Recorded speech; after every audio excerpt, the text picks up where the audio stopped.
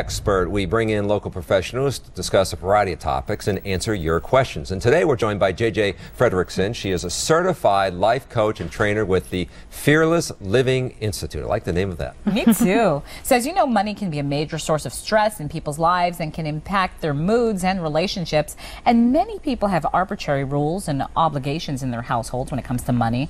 So J.J., tell us more about that. Sometimes people just they don't really have a fixed budget, do they? Right. They go around with these ideas in their mind, and they never communicate them. And so they find themselves resentful and seething, and that's when you really know that you've got one of these arbitrary rules going on. If you're going around seething, that's a good sign, because you think that you're all on the same page, that you're in agreement, but the truth is that you're not. And you think it might just be common sense or common decency, so you've never actually had the conversation surrounding that type of thing. So do you think if you lay out a budget that actually can reduce the stress, or does it add stress because you're like, oh gosh, we're over budget, or we don't have any more money now, we've already spent everything for the month? It really depends on the family, but the key is to really communicate.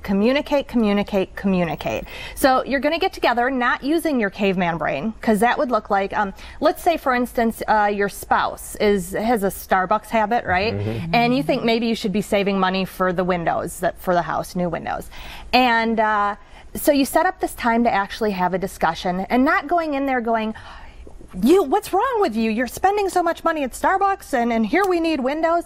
You're going to come in there and you're going to try to create teamwork and be like, honey, you know, I think we have this issue with our windows, and we need to sit down and figure out how to cut corners with each other. Mm-hmm. And come to that conversation as if you want, you know, like a sports team, you want to make that play work. So you're willing to negotiate, compromise, call an audible, you know, get whatever information you need from the whole family. 10 seconds left. Do you think it's a good idea for couples to have separate bank accounts? Because money is a big source of stress in marriages. I do think there needs to be some separation, whether it's, you know, quote unquote, an allowance or separate accounts. It's important to have a little freedom with the money. That's what moms will always say. That's what mom always tells you.